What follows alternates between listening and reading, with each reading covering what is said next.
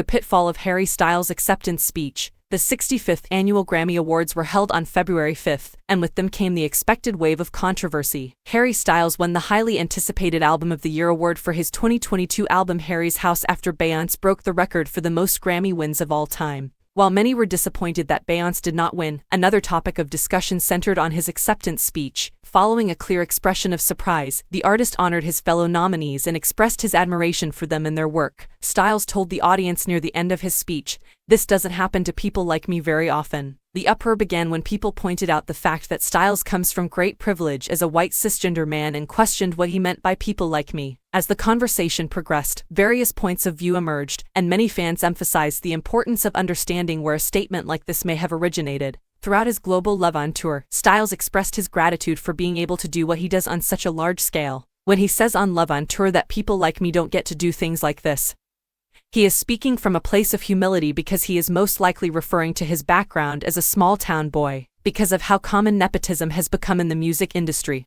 His story of appearing on The X Factor, joining one of the world's largest boy bands, One Direction, and embarking on a successful solo career is a plain indication of great luck and hard work. It's clear that he's come a long way, and when he is on tour declaring his appreciation to fans, it makes sense considering he is the only artist in the room. As a result, context is extremely important. On tour, because he is the only artist in the room, he is not compared to any other artist. However, this context does not apply to the Grammys because he is competing for the award against 9 other artists. ABBA, Adele, Bad Bunny, Beyoncé, Mary J. Blige, Brandi Carlile, Coldplay, Kendrick Lamar, and Lizzo were among the other nominees for Album of the Year. 8 of these artists are queer, women, or people of color, and their identities make the odds of success stacked against them. The patriarchal nature and structure of award shows like the Grammys are exclusionary, preventing many artists from receiving recognition for their efforts. Given that the majority of awards have been won by white men like Styles, and only 11 people of color have won Album of the Year in the Grammys history, it's clear that his statement was taken out of context and came across as tone-deaf. Styles' identity comes with benefits from patriarchy and white privilege, and including such a statement in his speech may not have been the best choice. I understand why people are upset, and I was disappointed to hear the sentence from an artist I enjoy. The Grammy Awards have a patriarchal and racist history, and no one can blame one person for its flaws. Instead, we can discuss how our language and position can affect others.